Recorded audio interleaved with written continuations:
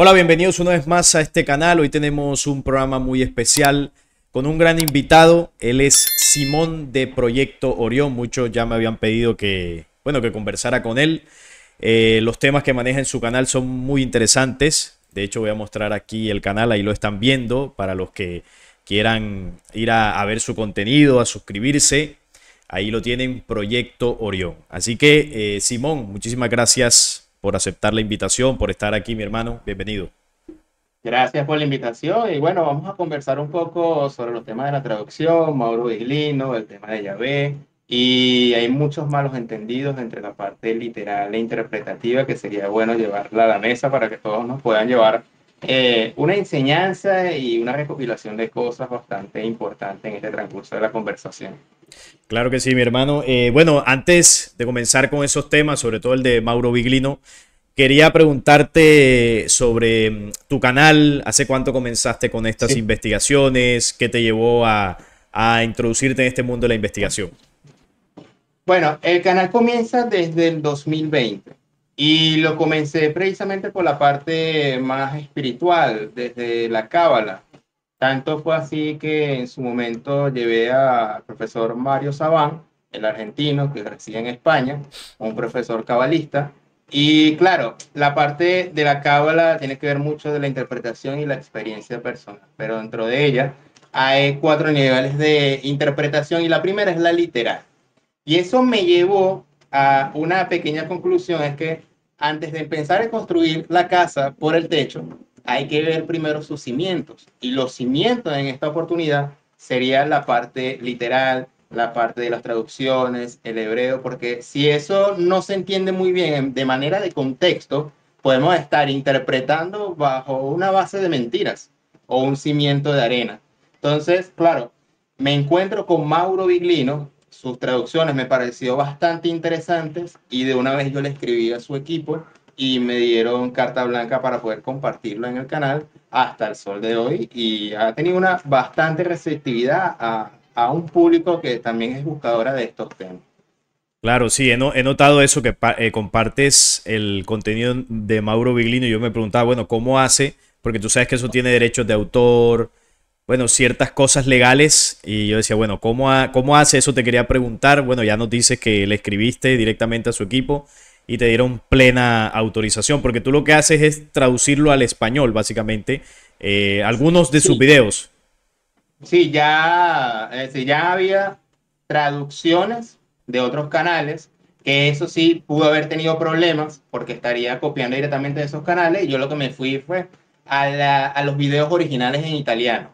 Y entonces agarré junto ya las traducciones ya realizadas y usaba mi voz Claro. hasta el sol de hoy. Y eso da como que un derecho de creatividad de autoría, más el permiso de, en este caso de Mauro Viglino, he podido llevar adelante las conferencias. Lo que sí me pidieron es que hiciera traducciones de la conferencia del 2010 hasta el 2020, porque después entra a su canal activo y ya ahí eso sí tiene derechos de autor y ya ahí me pidieron que no lo realizara porque ellos ya están haciendo el trabajo. Pero hay bastante material y por eso ha habido mucho material en Proyecto Orión sobre muchas conferencias, más de 20 conferencias por año que tiene Mauro Viglino en lo que ha realizado. Sí, ¿no? Un material bastante amplio. Yo también he revisado varias de esas conferencias para aprender un poco más de sus traducciones. Y que quería preguntarte por el nombre del canal. Proyecto Orión. ¿Qué significa para ti? ¿Por qué el nombre? Las personas le meten mucho misticismo por el tema de Orión, la constelación, las pirámides, pero simplemente me gusta el nombre. Hasta ahí. No, después no, de que Orión viene de los grises y todo lo demás, y la gente se hace un cuento y no, tranquilamente Orión, claro, da alusión al antiguo Egipto, las pirámides y todo lo demás, pero no tiene tanta profundidad, simplemente es por la constelación como tal. Me gusta, tengo afinidad a esa constelación, no hay nada místico por detrás. Y más allá del nombre, es como que el trabajo que hay detrás del nombre que de alguna manera le da forma. Ese es mi punto de vista. Claro, claro, sí. Bueno, ya teniendo un poco el contexto de desde cuándo empezó todo esto, desde el 2020, me decías, Sí. supongo que el tema del encierro, las cuarentenas, te dio suficiente tiempo para comenzar con este proyecto o habías comenzado un poco antes de las cuarentenas. Mira, canales de YouTube esporádicos, pero por hobby. Siempre fue por hobby. Yo estaba estudiando una carrera de lengua y literatura para profesor de castellano. Por la pandemia no se me dio para continuar e hice un canal como los otros que había realizado por ahí, pero este le dio más forma. Como que fue un canal mucho más maduro, como más trabajado, hasta el punto que se logró monetizar. Vi que de esto uno se puede sustentar, enseriarse más como un trabajo, tener esa mentalidad. Y a partir de ahí fue que, bueno, o me en serio y esto es como que parte de mi vida y no un hobby más, o simplemente esto tarde o temprano va a decaer. Y gracias a Dios he podido seguir adelante, se me ha dado las investigaciones, las entrevistas.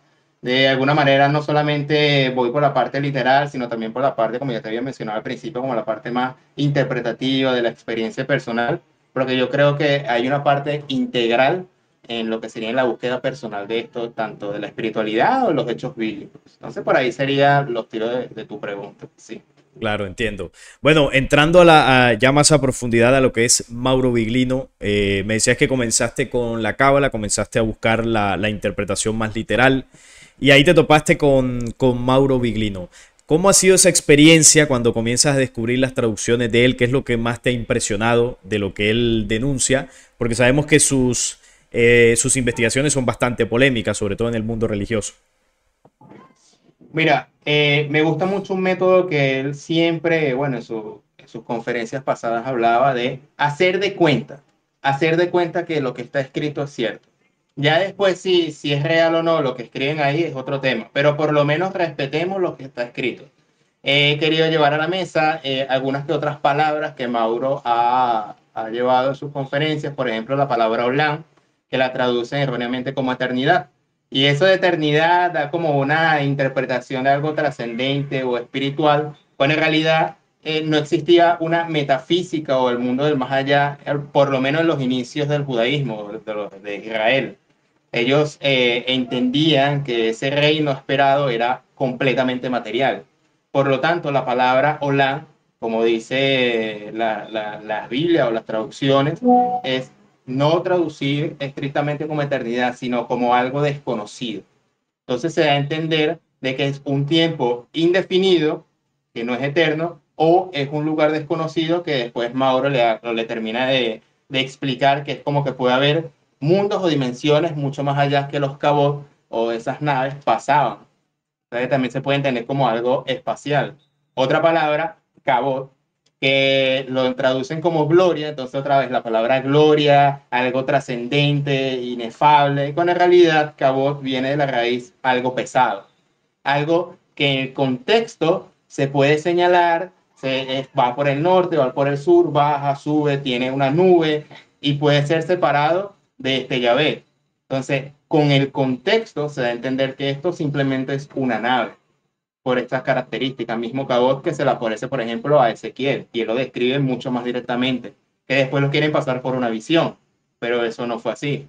Otra palabra sería Bará. Bará es cuando Dios creó el cielo y la tierra. Bará Elohim. Y esa palabra Bará no tiene que ver con crear de la nada, sino que más que todo es como formación o separación de cosas que ya existían. Pero eso de crear de la nada es otra participación del dogma que para nada tiene que ver con la intencionalidad del texto. Y por último, la famosa palabra Elohim. La palabra Elohim es un plural porque el IM, Elohim, es como la S en español. Porque ya existía una palabra en singular que es el o Eloa. Y por eso en varios textos, por ejemplo, descendamos y confundamos, o haremos al hombre a nuestra imagen y semejanza. Y hay unos plurales que luego lo quisieron maquillar, pero con una lectura profunda del texto se da cuenta de que hay muchos poderosos o muchos dioses en la participación de la historia de los judíos en este caso. Entonces son unas palabritas de muchas que Mauro habla, pero eso son como que los iniciales para iniciar la duda aquí de que quizás algo más de lo que nos contaron. Sí, esas palabras tú me las enviaste y me colocabas que se hacían unas malas traducciones eh, Ujú. por parte, bueno, casi que desde hace mucho tiempo por parte de algunos traductores o en la visión religiosa se hace una mala traducción de esas palabras y ahí es donde entra tiempo después Mauro Viglino a explicar el significado que realmente esto tendría. Entonces, claro, cuando él hace las interpretaciones, comienzan unas dudas y comienzan a caerse algunos paradigmas que hemos tenido sobre el Antiguo Testamento, porque él, si bien también menciona el Nuevo Testamento, hace sus traducciones y todo esto, la parte más fuerte de su investigación está en los textos antiguos del Antiguo Testamento, no los textos hebreos. Entonces, dentro de eso, obviamente tú sabes que hay una creencia, sobre todo en los países donde se profesa la religión judeocristiana, de que en el Antiguo Testamento se cuenta la historia de Dios, del que consideramos el Dios verdadero, conocido acá en Occidente como Jehová o Yahvé, luego de diversas traducciones que se hicieron a ese nombre. Entonces, claro, esa es la creencia dentro de estas religiones, sobre todo el cristianismo. Y el que escucha a Mauro Biglino comienza a tambalear su fe o su creencia sobre ese punto en específico. ¿Cómo tú, digamos que interpretaste eso, o más bien, cómo asumiste eso que él interpretaba? Porque supongo que tú creías, al igual que todos, que ese Dios pues era el Dios verdadero. Mira, es lo bueno de escuchar un poquito sobre sus conferencias y claro, la característica es que lo que dice en una conferencia no necesariamente lo va a decir en otra conferencia. Entonces, en la investigación profunda hay que escuchar varias conferencias para hacer una recopilación del mensaje global. Porque en algunas conferencias, no en todas, Mauro Biglino dice, yo no me meto con la fe de nadie. Si usted tiene fe, vaya, ejerza la fe porque eso le hace una mejor persona. Punto uno. Punto dos, él le dice, yo con Dios yo no me meto. Yo no sé si existe o no. Yo no estoy atacando lo que sería la existencia de Dios, porque obviamente la gente dice, si creo en Dios, yo no puedo dudar de Dios. Si yo dudo de Dios, soy ateo. Sacan esa lógica. Y no, puedes tener tu creencia en Dios. Yo creo en Dios. Pero eso no me va a apartar el hecho de dudar de las cosas que se escriban sobre ese Dios. Y si en el texto yo veo incongruencias, hay que profundizar. Entonces, claro, Mauro Biglino hace esa acotación y se mete más con el Antiguo Testamento, porque el Nuevo Testamento tiene un trato ligeramente distinto porque es Jesús, e incluso se dice que Jesús, a causa de las acusaciones, que la podemos ver más adelante, habla de un padre, nunca menciona a Yahvé, le da indirectas al Dios del Antiguo Testamento y da realmente la impresión de que al menos el que fue enviado por Jesús, es decir, este Dios, es muy distinto al Yahvé que nos presentaron. Y aquí entra la primera dicotomía. Entonces, eso es más o menos lo que yo he podido hasta el sol de hoy solventar con respecto a ese dilema de los cuestionamientos. O sea que a ti de pronto, cuando encontraste la investigación de Biglino, no te pegó tan fuerte como a muchas personas el hecho de saber que en el Antiguo Testamento se podría estar hablando de un falso Dios o de algo que Claro, no es Dios. exacto, porque de alguna manera u otra yo venía ya con lecturas, por ejemplo, de Caballo de Troya, JJ Benítez, que ya viene como que cuestionando la figura de Yahvé. También viene el libro de Urantia, que supuestamente es un mensaje no humano, etcétera. Entonces ya se habla de una figura de Yahvé muy distinta a ese Dios Padre de Jesús, pero claro, yo no vengo de una religión determinada, católica o cristiana. Si hubiera venido de esas vertientes, me hubiera pegado más porque hay un arraigamiento de emocional hacia las doctrinas y seguimientos de dicho dogma. Pero claro, como yo tenía como más un alma independiente, autodidacta, ya me venía a venir que la cuestión no era tal cual como lo decía ni la Biblia ni las religiones con respecto a ese Dios. Claro, así es. Mira, yo quisiera preguntarte, porque obviamente tú eres mucho más experto que yo en el tema de Mauro Biglino. Has visto, creo que todas sus conferencias o casi todas, para publicarlas en tu canal. Eh, ¿Cuál es la visión en general de Mauro Biglino acerca de Jesús? Que lo he escuchado a veces que lo menciona, pero obviamente él se centra más en el Antiguo Testamento. Él que, digamos, ¿qué piensa él de Jesús? ¿Considera que es realmente un mensajero verdadero? ¿Considera que es una falacia? Porque hay investigaciones que dicen que, bueno, que Jesús nunca existió, que hay malas traducciones. ¿Cuál es la visión que tú has entendido y comprendido de Mauro Biglino sobre Jesús? Bueno, en algunas conferencias, vuelvo otra vez, y no en todas, cuando habla sobre Jesús, eh, Mauro Vilino dice, bueno, hay dos disputas entre el Jesús histórico y el Jesús mitológico, que puede ser copia del Sol Invictus más la creencia mitraísta. Entonces siempre está esa discusión. Mauro Vilino dice, yo me inclino más a su existencia, al Jesús histórico. Y por el seguimiento, por ejemplo, de traducciones, cuando el ángel, porque Mauro Vilino habla de los malaquín o de los ángeles, que son enviados o mensajeros, mal traducidos como ángel, dice que cuando visitó este enviado a María, se da a entender de que fue este ángel que lo inseminó, que después le hicieron una alegoría con el Espíritu Santo y todo lo demás, y que posiblemente dando cuenta o haciendo de cuenta de que lo que está escrito es lo que está, Jesús de Nazaret pudo ser, digamos, un plan de urgencia de otra organización de jerarquías mucho más grandes, distintos a los primeros, esa jerarquía o la primera jerarquía de estos dioses poderosos del inicio del Génesis.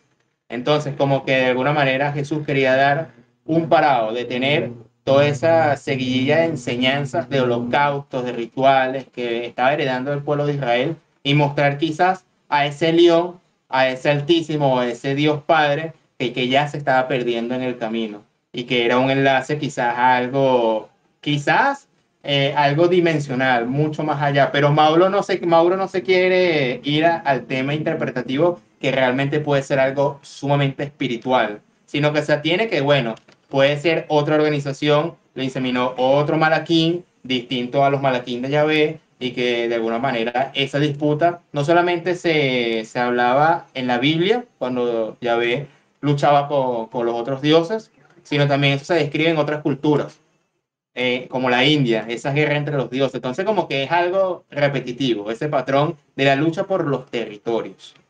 Sí, era algo que caracterizó a los antiguos dioses, la división de territorios, la elección de pueblos, sacrificios, y dentro de eso estaba Yahvé, ¿no? Y cuando mencionas a Yahvé y los otros dioses, hay algo muy interesante que plantea Viglino, cuando dice que Yahvé realmente era uno más dentro de un grupo de Elohims y que había un superior, al que mencionabas ahorita, Elión. Explícanos un poco eso acerca de esas jerarquías, ¿no?, que habían dentro de los Elión, que lo explica Viglino. Eso comienza con el Salmo 82. El Salmo 82 se traduce normalmente en las Biblias de casa, como dice Mauro Viglino. Aquí lo tengo anotado. Dios se yergue en la asamblea de Dios y en medio de los dioses juzga. Entonces, esto da la impresión de como que, bueno, Dios le está dando indicaciones a los dioses, que sería la traducción para la mente cristiana, la mente dogmática, a jueces humanos. Pero cuando hacemos el análisis del hebreo palabra por palabra, eso lo pueden ver con más profundidad en casa, una Biblia interlineal se recomienda, dice, los Elohim, el plural, o estos poderosos, se yerguen en la asamblea de él. Y aquí hay un problema, porque él, o el dios él, pertenece al panteón cananeo, con Asherah. Sí. Eso ya pertenece a otra cuestión. Y en medio de los Elohim juzga. Entonces ya aquí tenemos dos palabras, él y Elohim. Y aquí hay una gran separación. Y en el verso 6 dices, vosotros sois dioses o Elohim, es decir, ustedes pertenecen a un linaje no humano y todos vosotros son hijos de Elión. Y aquí aparece el tercer fragmento, o la tercera palabra, el tercer personaje, Elión. Pero como hombres van a morir, y como cualquiera de los príncipes, eso, van a morir.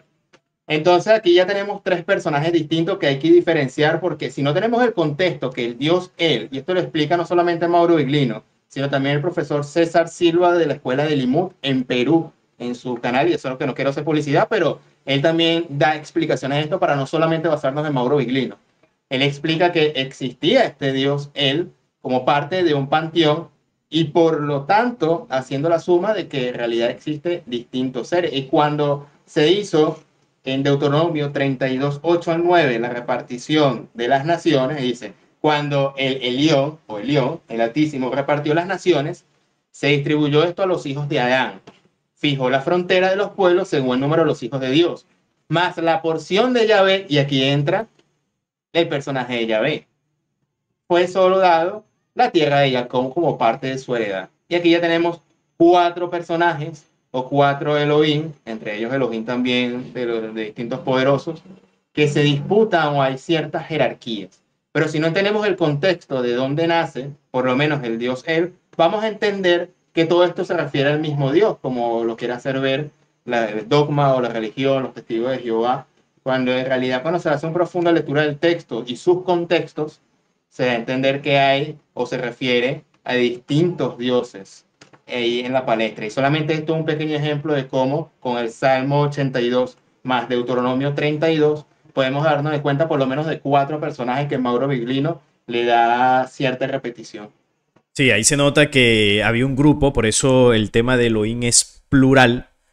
Ahí se está narrando la influencia de unos seres extraterrestres, como muy bien lo denuncia también Viglino, y la influencia que ellos tuvieron en los pueblos, porque al final, como él mismo lo dice, ¿no? El Antiguo Testamento es el relato no de la humanidad como tal, sino de una familia nómada que un personaje llamado Yahvé eligió, ¿no? Como su pueblo. Ahora, hay algo muy interesante que muchas personas se preguntan, alguna vez lo toqué acá en el canal, ¿cómo es que llega Yahvé siendo un Elohim normal, ¿no? Pues no tenía, digamos que no era el líder de ese grupo, porque ya había un líder, que era el Elión. ¿Cómo Yahvé llega a convertirse o a tener ese rol de protagonismo como lo tiene hoy en día, por ejemplo, en las religiones? ¿Cómo llegó a convertirse en ese Dios supremo e incluso a, digamos, a colocar a su pueblo, como lo vemos hoy en día, como uno de los más poderosos del mundo? ¿Qué interpreto que dice Mauro Viglino sobre eso o qué has investigado tú sobre esa parte? Bueno, el tema está es que este Dios se caracteriza, y lo dice el texto claramente, que en Éxodo 15:3, Jehová es varón de guerra. Lo dice textualmente. Hacer caso a lo que dice el texto, no lo digo yo, lo dice tu Biblia. Jehová es un Dios de guerra. Entonces, a partir de ahí ya vemos cuál es la filosofía de este Dios.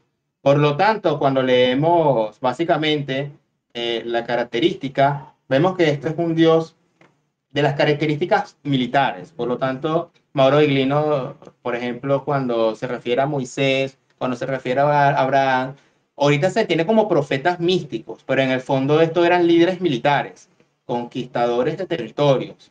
Fácilmente podemos leer en 1 Samuel 15:3, ve y ataca a Melé y destruye todo lo que haya por ahí, no te apiades de él y da muerte a hombres, mujeres y niños. Ah, pero a las vírgenes no. A las vírgenes tráelas para acá y ya sabemos para qué fueron usadas. Es decir, hay ciertas contradicciones donde de alguna forma este Yahvé quiso pulir o achacar estas contradicciones mediante la violencia, mediante el tema de que adórame a mí, porque si no, va a ser exterminado. Y bajo esa filosofía, poco a poco, mediante el miedo, se fue generando esa cuestión del amor a este Yahvé, pero el amor igual a violencia.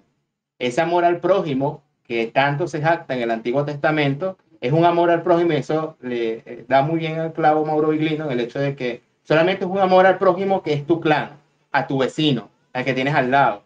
Pero ¿qué pasa con el amor al prójimo a las otras naciones que fueron conquistadas? Yahvé le daba carta blanca a todos esos profetas para conquistar, para masacrar, para exterminar. Entonces ese concepto de amor al prójimo que Jesús de Nazaret, por eso se dice Jesús de Nazaret, parece tiene otra filosofía de Yahvé y otro Dios. Esto fue lo que propagaba, lamentablemente. Entonces, por ejemplo, si a un creyente yo le digo, nada más ve esta contradicción, lee primero Génesis 6:6, que dice, Dios se arrepintió de haber creado al hombre. Y leemos después Números 23:19, que dice, Dios no es hombre para que mientas, ni hijo de hombre para que se arrepienta. Si hay una traducción, el número dice que no se arrepiente y en Génesis dice que sí se arrepiente. Y aquí entramos el hecho de que fue un Dios muy falible. Nada más con esto, y le entra la disonancia cognitiva y después dice, no, pero eso se interpreta, eso es simbólico, o el cara a cara. Y Moisés vio cara a cara a Dios. Y entonces como que, ajá, y en números dice, sin figura y sin nada por el medio, lo vio cara a cara como un amigo. Ah, no, eso es simbólico porque Dios... Entonces son varias contradicciones ahí que esto era la filosofía de Yahvé en cortas palabras. Sí, ahí se nota unas contradicciones que obviamente dentro del mundo religioso se justifican. Cuando uno estudia todo esto, ¿no? Sobre todo el Antiguo Testamento, sin el sesgo religioso, nos encontramos con que Yahvé obviamente era un personaje físico que tenía emociones casi que humanas, podríamos decirlo. Sí, Le daba hambre, se ensuciaba, es decir, tenía comportamientos como cualquiera de nosotros podría tener, y eso demuestra la no divinidad que obviamente este personaje y los demás dioses que estaban por ahí alrededor tenían, ¿no? Seres, como sí, sí. Viglino lo dice, ¿no? Seres que venían de otro mundo con cuerpo físico y ya ve la estrategia que aplicó, como tú lo decías, fue los enfrentamientos, ¿no? La milicia, el conflicto bélico. Por eso le decían el dios de los ejércitos. Algo que también, y esto ya es interpretación mía, ¿no? Y creo que Yahvé utilizó una estrategia muy astuta y es implantar el monoteísmo, que en aquella época no era muy fuerte. Y digamos que él fue uno de estos personajes que más lo promovió a través de su pueblo, a sabiendas que como humanidad, en algún punto por avance espiritual, íbamos a entender que cuando se habla de divinidad, el tema del politeísmo, digamos que no se ajustaba tanto a la realidad. Entonces, como humanidad en algún punto íbamos a comenzar a ver que lo que tenemos como deidad o lo que interpretamos como deidad es uno solo. Entonces, creo que Yahvé se aprovechó de eso, estratégicamente utilizó a un pueblo que promulgara eso y eso comenzó a tener fuerza en el tiempo, algo que no hicieron los demás Elohim que eligieron otros pueblos. Entonces ahí se unieron esas dos cosas y logró colocarse hoy como el Dios del mundo. Ahora, hay algo muy interesante y es qué diferencias más notables ves tú entre ese falso Dios del Antiguo Testamento y el Dios que promovió Jesús, o cuáles son las diferencias que Viglino más resalta. Sí, para eso hay que entrar un poquito en contexto con el tema de Jesús. Voy a tomar tus últimas palabras sobre ese recorrido de cómo Yahvé se aprovechó de este politeísmo. Porque hay una palabra clave, porque tenemos monoteísmo o politeísmo, pero hay algo llamado enoteísmo. Enoteísmo es la existencia de muchos dioses, pero mi Dios es el verdadero o el mayor o jefe de los demás. Entonces, este enoteísmo era lo que existía ante el exilio de Babilonia. Entonces, cuando ocurrió el exilio de Babilonia con Esdras por el menos 500 antes de Cristo y reelaboraron nuevamente todo el escrito, aquí entra el detalle de que al reelaborar quisieron tapar toda existencia de estos Elohim. Es por eso que de repente vemos al inicio que Bará puede ser creó, pero está con la palabra Elohim que es singular, entonces da la impresión que hay como que una singularidad. Entonces le quería meter muchas singularidades y desaparecer los otros dioses, pero obviamente con una lectura de contexto uno se da cuenta que hay distintos dioses y distintos contextos. Entonces, claro, después del menos 500 reelaboran la Biblia, no para hacerle una realidad fiel a la historia de Israel, sino para exaltar con sus historias este Dios verdadero sobre los otros inexistentes.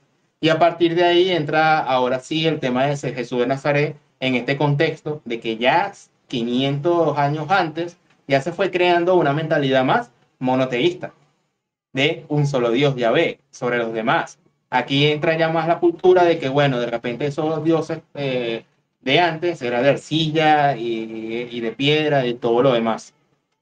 Entonces, Jesús de Nazaret, cuando llega, hay varias diferencias que sería importante resaltar. La primera diferencia que yo vi es que precisamente hay tres cosas. Yahvé dice, yo soy varón de guerra, yo soy un Dios celoso y yo soy un Dios de vengativo, la venganza es mía. Y cuando Jesús de Nazaret hablaba de un Dios en Juan 6:63, de que el Espíritu da vida, la carne para nada sirve. Entonces, Yahvé prometía un reino material y Jesús prometía algo espiritual, que su reino no era de este mundo. Una segunda diferencia es eso de que a Dios para nada nadie lo ha visto, porque es un Dios espiritual. Pero vemos, como Éxodo 33, que Moisés habla cara a cara, en Números también lo refuerza, en Génesis 18, Abraham se le apareció a los tres a los tres hombres. Se fueron dos y quedó uno, y resulta ser como que el texto te cambia y dice que ese que se quedó es Yahvé. Sí.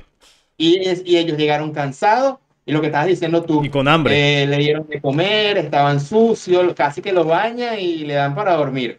Y eso sin tomar en cuenta que ellos tuvieron relaciones sexuales al inicio en el Génesis. Se unieron a las hijas de los hombres.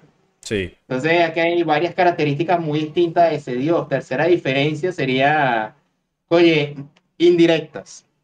Jesús habla de muchas indirectas. Por ejemplo, vemos cuando en un episodio donde el pueblo le reclama a Moisés, pero danos de comer. Y Moisés le dice, danos de comer. Y Yahvé le manda serpientes para que los mate. Tres doritos después, Jesús de Nazaret, en Lucas 11:13, dice, ¿qué padre, si su hijo quiere pescado, le lanza serpientes? Entonces son indirectas que Jesús usa, que nada más si no entendemos el contexto del cual se dijo en esas cosas, vamos a entender, no, eso es una parábola más. Y no, en realidad Jesús estaba atacando directo o indirectamente al tema de Yahvé.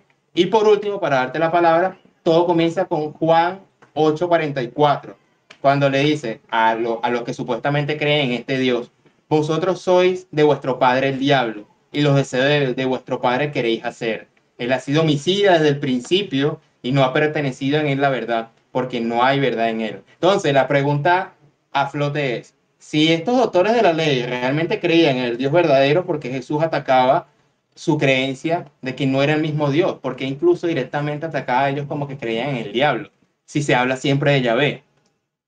Eso es importante verlo.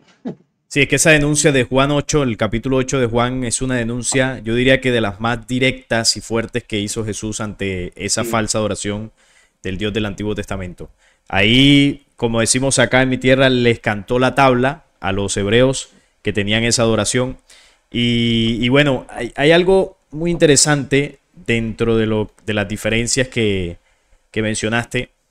Yo añadiría algo más, y es que por ok. las constantes denuncias que hacía Jesús, o esas indirectas, como tú decías, ellos procuraban matarle siempre, lo dice el Nuevo Testamento. Y entonces en Juan 8 también él les dice, si vosotros fueses de Dios, me amaríais, pero como no son de Dios, no pueden escuchar mis palabras. Entonces hay una diferencia ahí muy clara entre la tradición hebrea de la adoración a Yahvé y el mensaje que vino entregando Jesús. Si fuesen lo mismo, el mensaje no chocara, no rompiera esquemas, no rompiera paradigmas como lo hizo en aquella época y ellos no quisieran perseguirlo. Pero como iba en contra de todo lo que ellos habían aprendido en sus leyes, en sus mandamientos, entonces claro, lo perseguían porque dentro de las leyes de ellos hay un mandato que dice que todo falso profeta que aparezca en medio del pueblo debe ser apedreado hasta morir. Entonces ellos buscaban apedrearlo en varias ocasiones hasta que lograron hacer una coartada de manera ilegal, porque el juicio de Jesús fue Sí. completamente ilegal en los métodos de aquella época, y lo pusieron ante Roma y bueno, ya sabemos todo lo que ocurrió. Entonces, claro, ahí analizando esas diferencias y muchas otras que obviamente se nos pueden pasar por alto, se entiende que no tiene nada que ver una tradición con otra, más allá de que se mezclara en esa corriente judeocristiana, que fue estratégico y eso fue lo que terminó de catapultar la imagen de Yahvé ya en tiempos mucho más modernos como el Dios de Sí, la sí, humanidad. sí, sí, Salim. Y fíjate, como cuarta diferencia, y qué bueno que lo tocas, es el tema de por qué a Jesús no lo reconocieron. Y aquí entra el tema del Mesías. El concepto de Mesías para los judíos es un hombre libertador venido de la estirpe de David a exaltar al pueblo judío sobre las demás naciones y va a venir con el hacha sobre la base del árbol, algo muy distinto a las características de Jesús, que básicamente decía, perdona a tu enemigo. Tanto que ya ve que hay un pasaje en el Antiguo Testamento que apedreó a una persona por hacer leña el sábado. Busque, ahí está en su Biblia o en Sí. Google. Entonces, esto es una contradicción bastante interesante, pero es porque aquí entra, como lo que en tu análisis, en el tema del Mesías, ese concepto. Entonces, claro, cuando las creencias cristianas dicen, no, Jesús es el Mesías, no, lo que pasa es que aquí hay una mala conceptualización. Realmente Jesús de Nazaret no es el Mesías. De repente pudo ser algo mucho más allá del concepto de Mesías, algo más espiritual, pero sería casi un insulto decir que Jesús de Nazaret fue un Mesías, porque estaríamos encasillando ese concepto judío. Entonces pregúntale a un judío por qué no acepta a Jesús como el Mesías y le darán bastantes razones bíblicas del Antiguo Testamento y claramente va a comprender que son dos conceptos totalmente distintos y por eso no hubo reconocimiento y menos mal que no lo reconocieron porque en realidad son dos cosas muy distintas y los cristianos esperan que lo reconozcan. Entonces hay un desconocimiento del concepto de Mesías de los judíos. Sí, es que realmente, como tú lo dices, no lo reconocen porque hay personas que dirán, ay, qué malos eran los hebreos en aquella época que no querían a Jesús. Sí, No, es que, están ciegos, tienen un velo. claro, es que no es solamente por eso, es el punto de que Jesús realmente no encajaba dentro de las características de Mesías que ellos esperan. O sea, no era el Mesías de ellos. Por eso ellos en sus escritos, en sus mandatos, comparaban eso con Jesús y no por ningún lado. Entonces por eso lo rechazaban y además de las denuncias que hacía Jesús, no solamente lo rechazaban, sino que le tenían rabia, le tenían odio y por eso la persecución. Entonces el Mesías ellos lo siguen esperando y hay una confusión muy grande a nivel del cristianismo, corrientes evangélicas, donde se está esperando una segunda venida de un hombre. Jesús lo están esperando por segunda vez. Entonces, lo que no se dan cuenta, y esto yo lo he denunciado muchas veces en este canal, es que las iglesias evangélicas, sobre todo luego de que se crea primero la religión judeocristiana, por allá con Constantino y todo el cuento del concilio de Nicea, a partir de ahí, incluso un poco antes, se comenzó a crear una nueva religión global. Luego se crea un cisma en los años 1500 con Lutero, se crean las protestantes, y dentro del cristianismo se acuñó la idea del Mesías, que viene de la tradición hebrea, pero como se mezclaron ambas culturas, entonces se tiene esa creencia. Entonces, el Mesías o la segunda venida que se predica y que se espera en las corrientes evangélicas y cristianas es el Mesías hebreo. Es decir, cuando aparezca el personaje, porque los hebreos mismos dicen que su Mesías es un hombre, un príncipe de este mundo, cuando ellos vean al hombre que aparezca, los cristianos van a decir, ese es Jesús en su segunda venida, y los hebreos pues sí se van a dar cuenta que es el Mesías que tanto han esperado. Entonces hay una mezcla ahí de tradiciones y eso va a ser muy, muy complejo porque va a generar una confusión muy, muy impresionante porque los cristianos están defendiendo una tradición y una cultura que no es de ellos. Y eso, bueno, a muchos les cuesta entenderlo. No, exactamente. Y fíjate, he visto incluso varios de tus videos, los últimos que has hablado del fin del mundo y sobre las profecías de Parravicini y todo ese tipo de cuestiones. Y claro, se da a entender que va a pasar un evento, no se sabe cómo, quizás por un asteroide, quizás sea por una crisis, pero independientemente la duda que queda de cómo en creencias tan dispares y todo esto de la espiritualidad viene como una era quizás mesiánica, como dice la Cábala, judaísmo más místico, ¿cómo se va a reconciliar estas ideas? Si de repente viene el Mesías de los judíos, los cristianos no lo van a reconocer y en su defecto vendría las características de un Mesías como Jesús, ese arquetípico, al mundo, las otras religiones no lo van a reconocer. Es decir, el impacto va a ser enorme en dado caso si viene quizás un advenimiento espiritual que todo el mundo se le va a esclarecer la mente con respecto a estas dudas del representante o el avatar planetario a venir aquí en el planeta a hablar sobre el mensaje de Dios y que cada religión picó su parte del pastel y se lo atribuyó. Eso es algo bastante interesante, incluso hasta los extraterrestres están metidos en este paquete. Porque si vemos con Mauro Biglini retomando, lo original es que estos enviados o mensajeros tienen características de seres no humanos con naves. Entonces, aquí entra una mezcla natural y orgánica entre la parte espiritual y la parte no humana, pero física de entes mucho más avanzados que nosotros. Eso va a ser una explosión mental tan grande que va a trascender cualquier tipo de dogma de que el hombre, a pesar del universo tan infinito que hay, son los especiales y únicos, cuando en realidad de repente somos los últimos creados de una vasta organización universal de seres que ya son más conscientes de la parte física y espiritual que ni siquiera intuimos, de nuevas formas energéticas, física cuántica y todo eso. Mucha tela que cortar. Sí, eso da para otro tema, ¿no? esa parte Sí, ya universal de las humanidades, que es un tema muy interesante y muy importante de conocer. Mira, quería preguntarte otra cosa, ya para ir entrando a la parte final del programa, sobre las polémicas hacia Mauro Viglino, sobre todo de su pasado. ok, Yo hice ok, ok. hice un video hablando sobre una de las polémicas más conocidas que bueno, se le colocan desde el mundo religioso. Obviamente, sabemos que hay una enemistad entre Mauro Viglino y la religiosidad. Y él se le acusa de una estafa. Yo estuve analizando eso en en el canal. ¿Qué opinas tú de eso? Sobre lo que se le acusa. Primero lo de la estafa, también sobre manipulación en las traducciones. ¿Qué visión tienes tú acerca de ese punto? Mira, primero que nada, a mí me gustó mucho tu miniatura. Llamó demasiado la atención. Incluso Marta te lo dijo en la entrevista. Sí, sí, Fue sí. demasiado genial a nivel de marketing y a nivel de llamar la atención. Y después cuando obviamente entramos a ver tu video, fuiste muy justa en hablar las dos partes. Entonces eso también compensó la miniatura. Entonces, entrando ya de lleno a tu pregunta, fíjate, yo también reflexioné porque obviamente una noticia así puede causar suspicacia. Pero el tema es que, si mal no me equivoco, eso fue por los 90 o finales de los 80 o por ahí, por esa Sí, fecha. Entonces yo digo, Mauro Viglino cumplió su condena, pero aunque al final como que le redujeron 2 años, hubo algo ahí y al final resultó ser libre. Primero, cumplió su condena.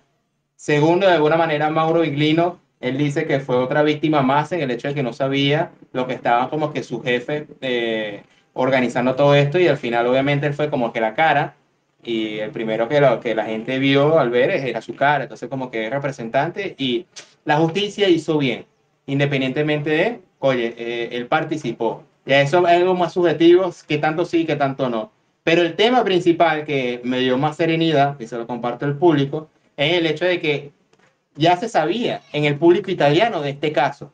Y aún así Mauro Viglino en el 2010 hasta el sol de hoy dio su conferencia. Es decir, si fuera tan negativo el hecho de Mauro Viglino haber realizado todo esto, no hubiera ido nadie a sus conferencias. claro.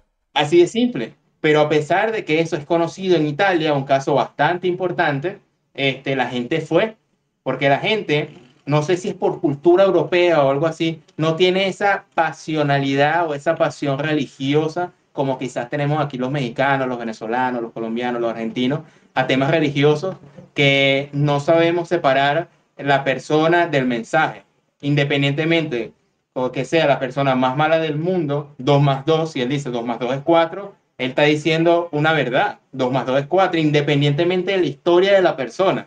En ese sentido, obviamente, esto al lanzarlo en español hace unos meses atrás, cuando hiciste el video, dan ganas más de mancharle la imagen.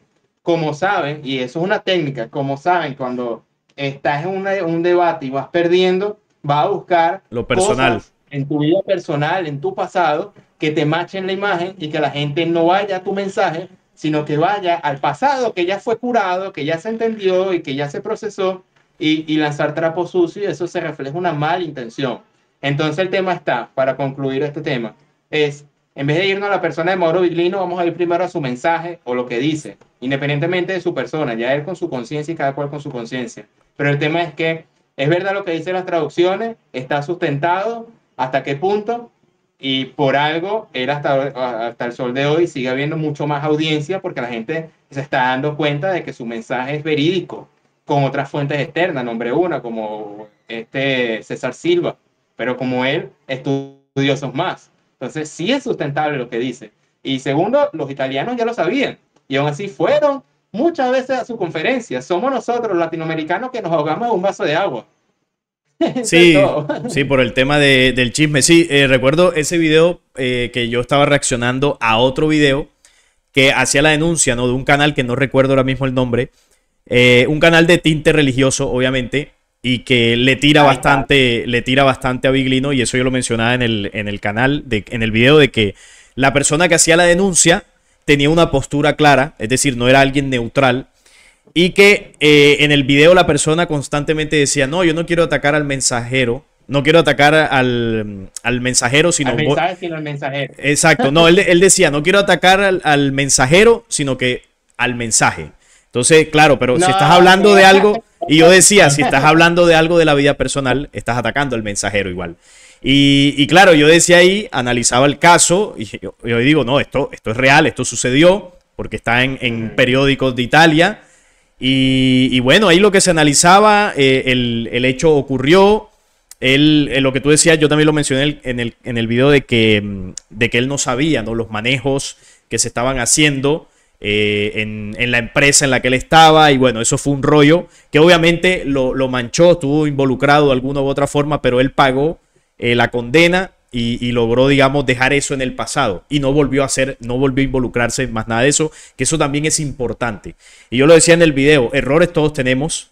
Si aquí cada uno nos ponemos a ver los errores en nuestra vida personal, pues imagínate, aquí nadie se salva. No, nadie. Si nadie se casa, no tuvieran pareja, nada. Claro, exacto. Y ahí hacía la misma reflexión. Vamos a analizar el mensaje. El mensaje de Mauro Viglino es cierto, es verdadero. No solamente por las traducciones de él, sino que hay muchos investigadores después de él y antes de él que habían aportado también este tema. Lo que hace Mauro Viglino, que a mí me parece genial, es que es el más estructurado en las traducciones.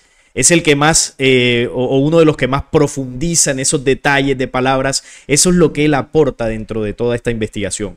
Y es verdadero. Incluso también en el video yo lo mencionaba. Por ejemplo, yo no descubrí que Yahvé fuese un falso Dios por Mauro Viglino.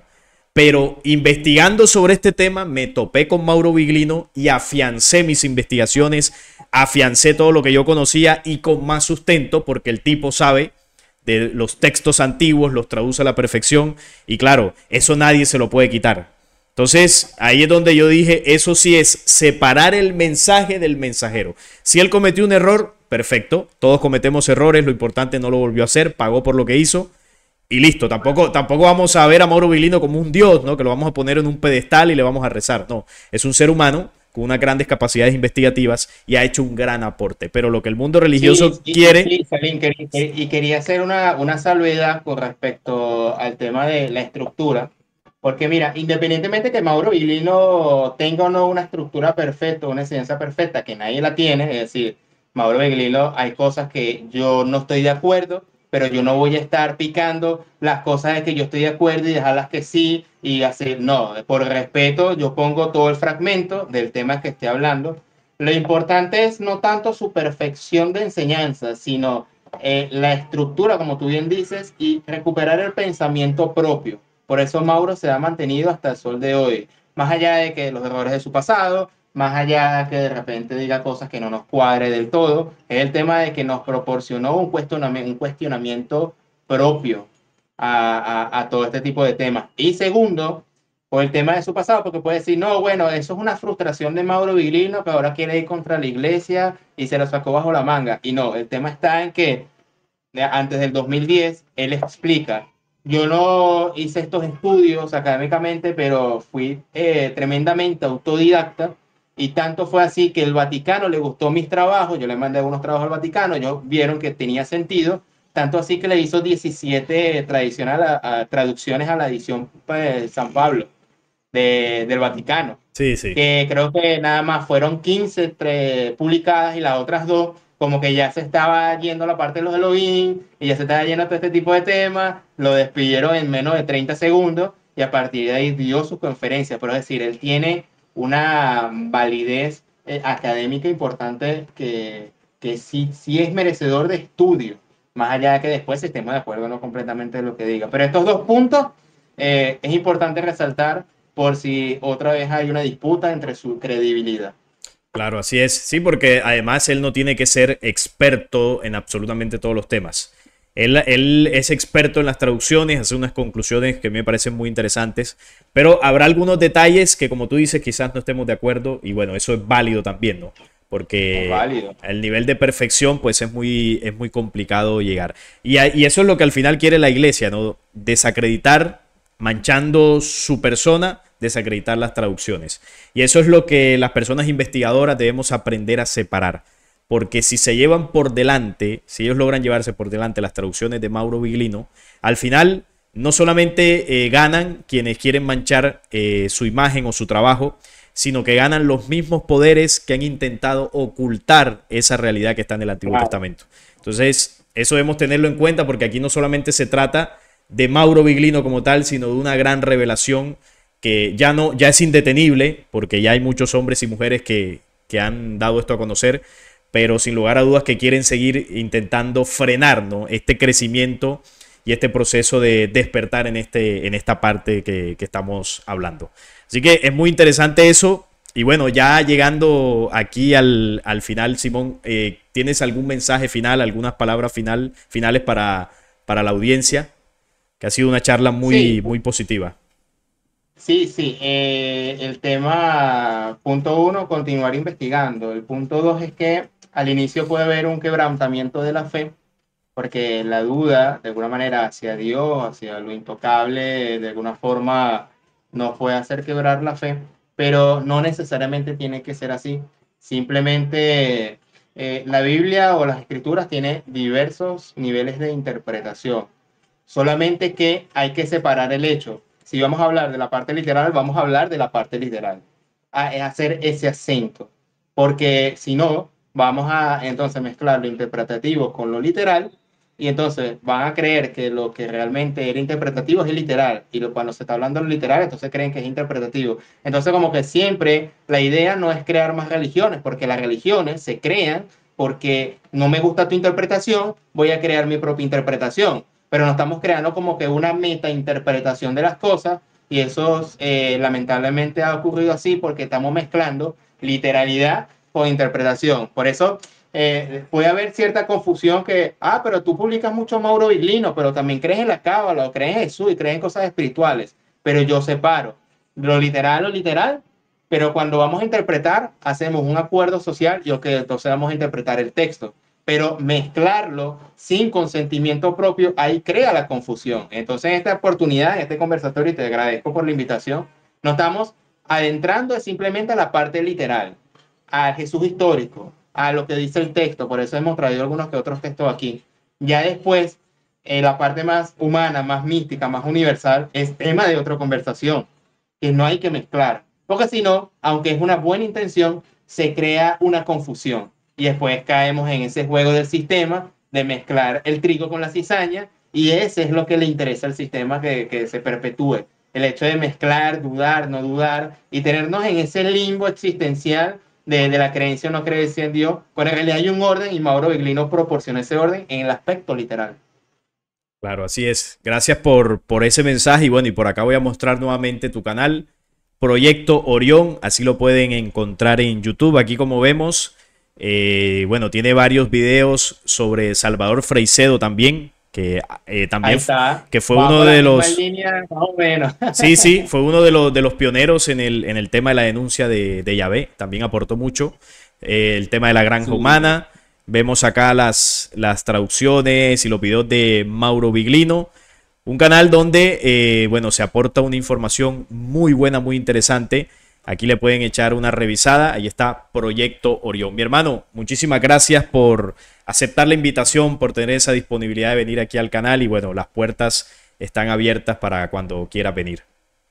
Perfecto, muchas gracias a ti. Y bueno, nos vemos en una próxima oportunidad y conversar en estos misterios, no tan misterios de las cosas de nosotros y así, de las escrituras y muchas otras cosas más. Muchas gracias, Ali. Claro que sí. Bueno, un saludo a todos los que estuvieron ahí conectados. Ya saben, Proyecto Orión. Los invito a que se suscriban también a este canal y nos dejen sus opiniones ahí en los comentarios. Nos estamos viendo en un próximo video.